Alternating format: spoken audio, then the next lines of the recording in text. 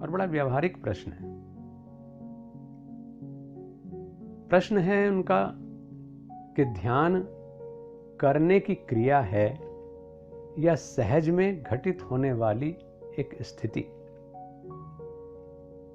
यह प्रश्न वो ही कर सकता है जो उस अभ्यास मार्ग पर चलने लगा हो।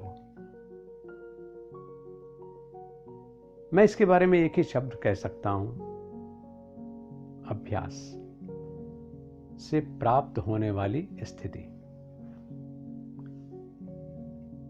आपने देखा होगा कि बीज को कोशिश से हम वृक्ष नहीं बना सकते।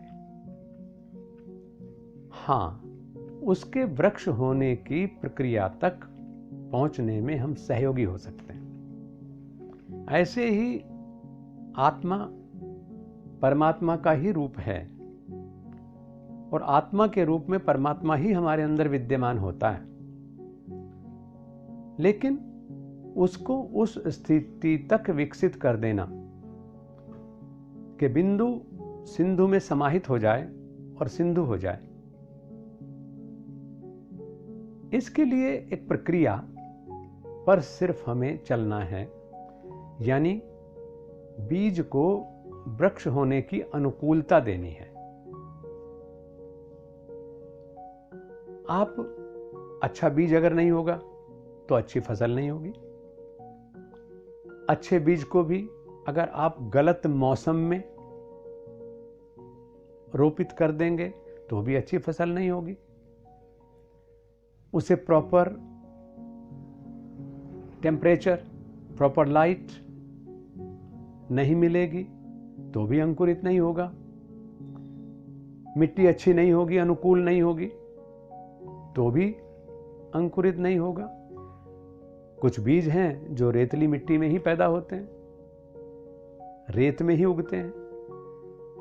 कुछ ऐसे हैं जिनको दोमट मिट्टी चाहिए,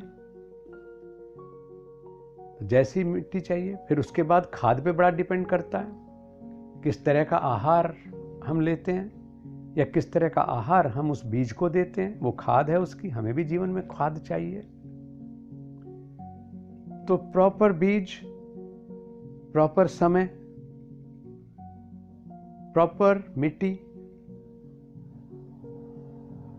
प्रॉपर लाइट, प्रॉपर पानी और केवल प्रॉपर देखभाल, क्योंकि खरपतवार पैदा होते भी देर नहीं लगती है। केवल इतना काम हमें करना है और उसके बाद धैर्य। 20-21 दिन बैठें आराम से, तब आप देखेंगे कि उस धरती के सीना फाड़ करके 2 नन्हे नन्हे पत्ते लेकर के एक पादप खड़ा होता है। अगर आपके अंदर धैर्य ना होता इन 20-21 दिन का, तो वो बीज धरती का सीना फाड़ करके पादप बन के आपके सामने कभी ना आता। अधैर्य की अवस्था होती है कि सुबह बीज बोया था, देखें शाम तक उसे निकल आना चाहिए। उंगली से उसे कुरेद करके देख लेते हैं। जबकि सच्ची बात तो यह है कि बीज डाल करके ये भी भूल जाना होता है कि हमने कहाँ छोड़ा था उसको।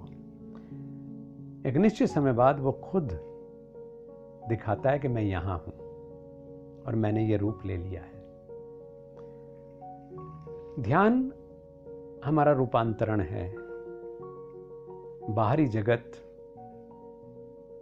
से अभ्यंतर जगत के अस्तित्व की ओर, और फिर उसका निरंतर अभ्यास, धैर्यपूर्वक बैठना, वो उस अभ्यंतर जगत में से भी उसको विराट के साथ जुड़ने की सामर्थ्य दे देता है।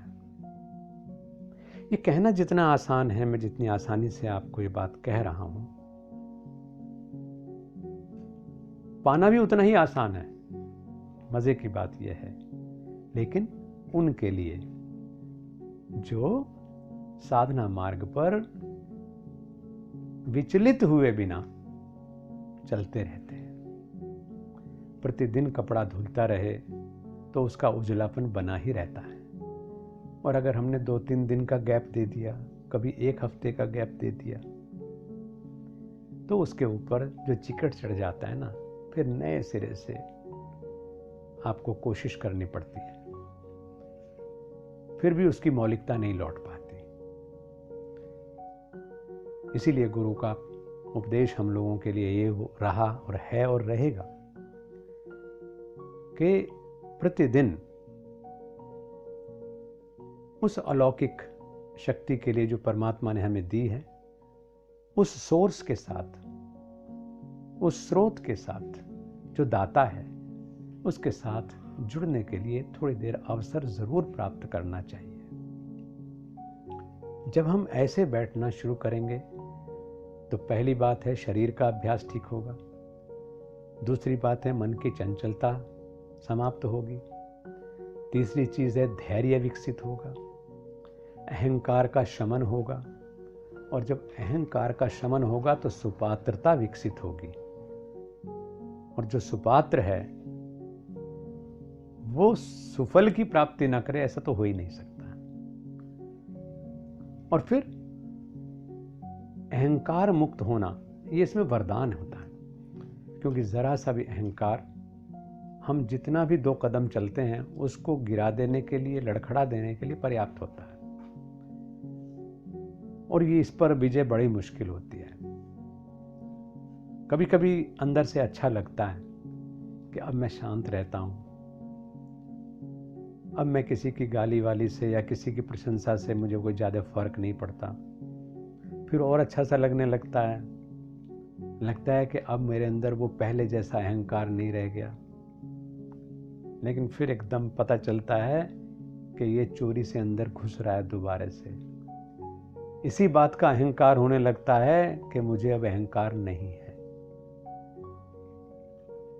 बड़ी कठिन राह है, इसलिए नहीं कि उस पर चलना मुश्किल है, बल्कि इसलिए कि उस पर टिकना मुश्किल है। धैर्य, कृतज्ञता, निरंतरता वो पाथेय हैं जिनके माध्यम से हम इस यात्रा को तय कर सकते हैं। पाने वाले भी हम ही हैं और प्राप्तव्य भी हम ही हैं, इसलिए किसी और को दोष हम नहीं दे सकते। हाँ, श्रेय दे सकते हैं उस महान संस्कृति की परंपरा को, अध्यात्म की परंपरा को, उन महान गुरुओं को, पथ प्रदर्शकों को, जिन्होंने हमें नर पशु, क्योंकि भेद तो कुछ है नहीं, आहार निद्रा भय मैथुनंच सामान्य में तत् पशु भी नराणाम। आहार निद्रा भय मैथुन सब पशु में हम में बराबर एक जैसा ही है। लेकिन जिन्होंने हमें ये बता दिया कि नहीं, इससे अलग तुम्हारे अंदर थोड़ा कुछ है, धर्मो ही एको अधिको विशेषः, उस विशेष को हम पहचान करके रखें, उसे मजबूती से पकड़ कर रखें, वही हमारा स्वरूप भी है। तो उतने के बाद फिर कोई चिंता नहीं रह जाती। स्वरूपानंदवाप्तिश्च, ये स्थिति निश्चित रूप से आनी है। शुभकामना।